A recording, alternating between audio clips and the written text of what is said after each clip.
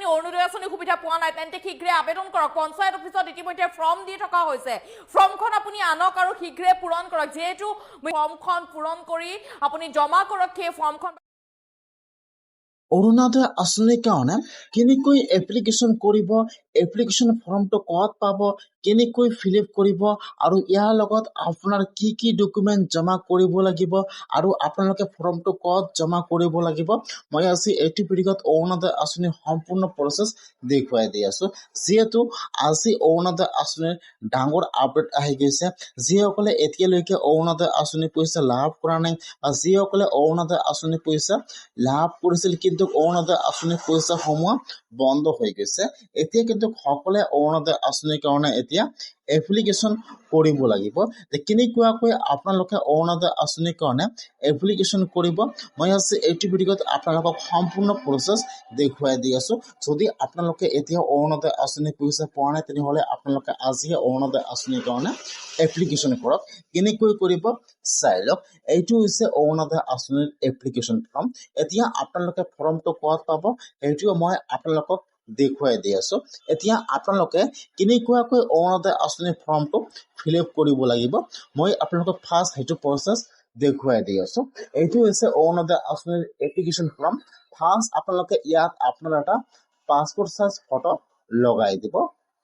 first কেনেকৈ আপোনালোকে fill up কৰিব লাগিব সেইটো দেখুৱাই দিছো তাৰপিছত আপোনাৰ কি কি ডকুমেণ্ট লাগিব ফৰ্মটো ক'ত জমা কৰিব আৰু ফৰ্মটো ক'ত পাব সেইটো ভিডিঅ' শেষত দেখুৱাই দি আছো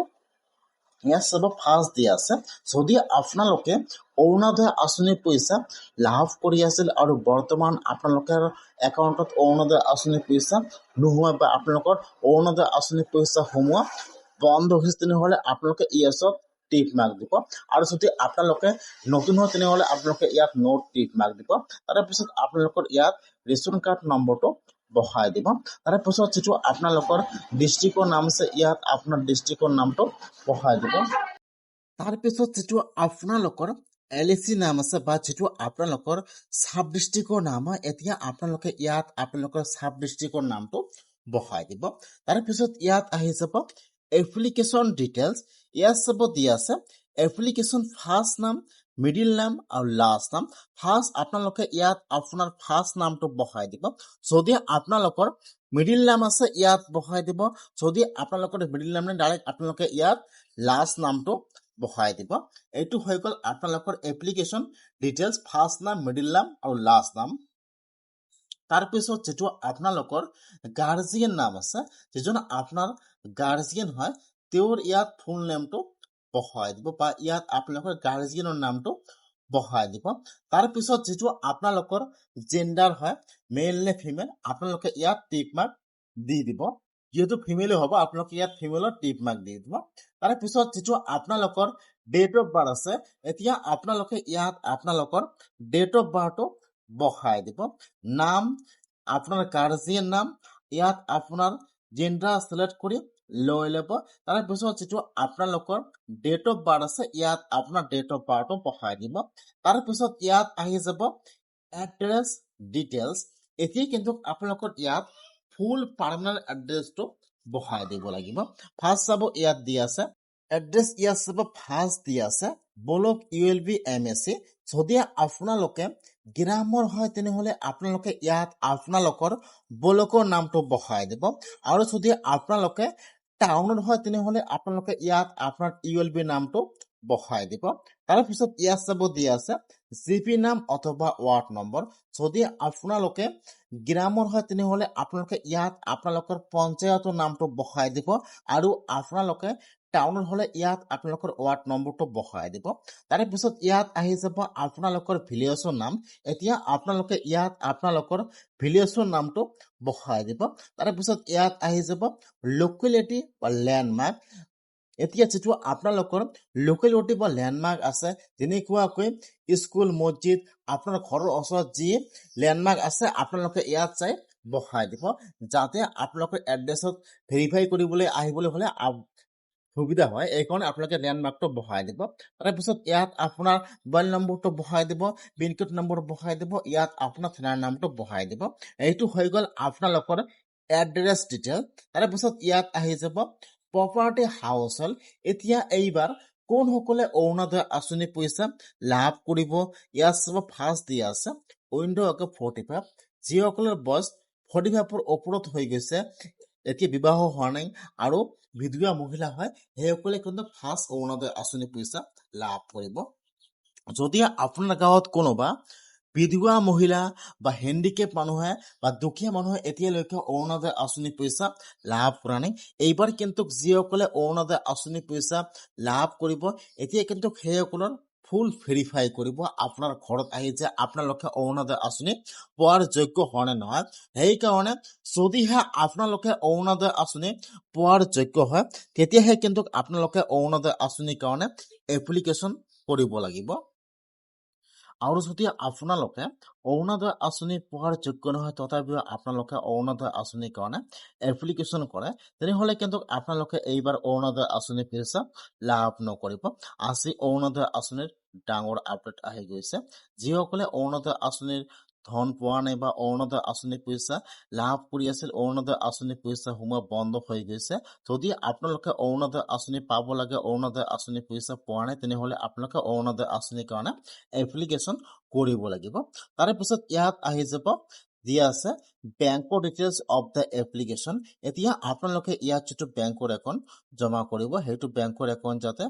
ডিবিটি লিংক অথবা আধাৰ কাৰ্ড লিংক এক্টিভ থাকে নহ'লে কিন্তু আপোনালোকৰ একাউণ্টত অৰুণোদয় আঁচনি পইচা নোসোমাব এইবাৰ কিন্তু সেইকাৰণে বহুতো মহিলাৰ একাউণ্টত অৰুণোদয় আঁচনি পইচা সোমোৱা নাই এতিয়া আপোনাৰ যিটো বেংকৰ একাউণ্ট ডিবিটি লিংক এক্টিভ আছে আপোনালোকে ইয়াত সেইটো একাউণ্ট জমা কৰিব ফাৰ্ষ্ট ইয়াত আপোনালোকৰ বেংকৰ একাউণ্ট নম্বৰটো বহাই দিব তাৰপিছত ইয়াত আপোনাৰ বেংকৰ নামটো বহাই দিব তাৰপিছত ইয়াত যিটো আপোনালোকৰ ব্ৰাঞ্চৰ নাম আছে ইয়াত ব্ৰাঞ্চৰ নামটো বহাই দিব তাৰপিছত যিটো আপোনালোকৰ বেংকৰ IFSC কোড নম্বৰ আছে ইয়াত দি দিব আৰু আপোনালোকে ইয়েছত টিক মাৰ্ক দিব যিহেতু আপোনালোকে আপোনাৰ বেংকৰ একাউণ্টটো জেৰেক্স কৰি ফৰ্মৰ লগত দিব লাগিব সেইকাৰণে আপোনালোকে ইয়াত ইয়েছত টিপ মাৰ্ক দিব তাৰপিছত এতিয়া আপোনালোকে অলপমান তলত আহি যাব ইয়াত চাব দিয়া থাকিব সেলফ ডিক্লেৰেশ্যন ফাৰ্ষ্ট আপোনালোকে ইয়াত আপোনালোকৰ আধাৰ কাৰ্ড নম্বৰটো বহাই দিব তাৰপিছত যিটো আপোনালোকৰ ভোটাৰ আইডি কাৰ্ড নম্বৰ আছে ইয়াত আপোনালোকৰ ভোটাৰ আইডি কাৰ্ড নম্বৰটো বহাই দিব ইয়াত চাব দিয়া আছে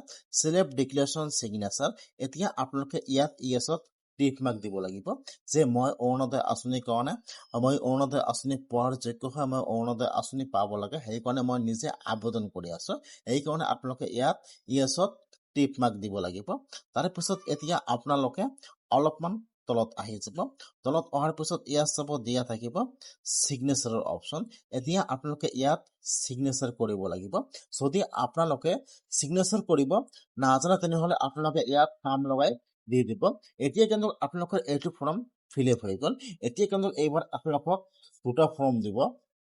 এটা হৈছে এপ্লিকেশ্যন ফৰ্ম আৰু এটা হৈছে সেলফ ডিক্লেৰেশ্যন ফৰ্ম এতিয়া বহুতে কিন্তু অৰুণোদয় আঁচনি পোৱাৰ যোগ্য তথাপিও অৰুণোদয় আঁচনিৰ কাৰণে আবেদন কৰে সেইকাৰণে এইবাৰ অৰুণোদয় আঁচনিৰ কাৰণে যিসকলে আবেদন কৰিব যাতে সেইসকলে অৰুণোদয় আঁচনি পোৱাৰ যোগ্য হয় তাৰপিছত এইটো ফৰ্ম আহি যাব ইয়াত আপোনাৰ নাম আপোনাৰ গাৰ্জেন নাম ইয়াত আপোনাৰ ৰেচন কাৰ্ড নম্বৰ বহাই দিব তাৰপিছত ইয়াত এড্ৰেছটো বহাই দিব ইয়াত কিছুমান গাইডলাইন দিয়া আছে আপোনালোকে এবাৰ গাইডলাইনবোৰ সম্পূৰ্ণকৈ চাই ল'ব তাৰপিছতে কিন্তু আপোনালোকে অৰুণোদয় আঁচনিৰ কাৰণে আবেদন কৰিব এতিয়া আপোনালোকে অলপমান তলত আহি ইয়াত আপোনাৰ নাম বহাই দিব ইয়াত আপোনালোকে চিগনেচাৰ কৰিব ইয়াত ডেটটো বহাই দিব আৰু ইয়াত আপোনাৰ প্লেচৰ নামটো বহাই দিব এতিয়া কিন্তু আপোনালোকৰ ফৰ্মটো সম্পূৰ্ণকৈ